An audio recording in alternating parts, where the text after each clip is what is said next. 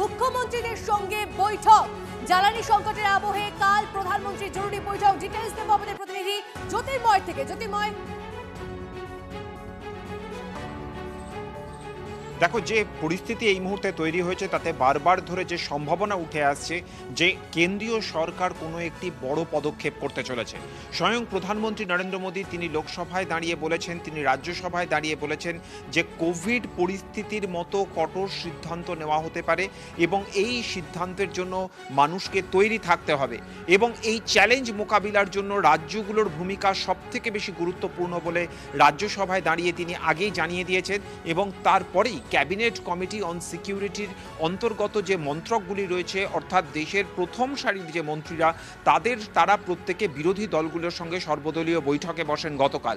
আর আজকেই যে খবর আসছে যে আগামীকাল সন্ধে 6:30 সব রাজ্যের মুখ্যমন্ত্রীদের সঙ্গে বৈঠকে বসবেন প্রধানমন্ত্রী নরেন্দ্র মোদী। যদিও এই বৈঠকে ডাকা হচ্ছে না মমতা বন্দ্যোপাধ্যায়কে।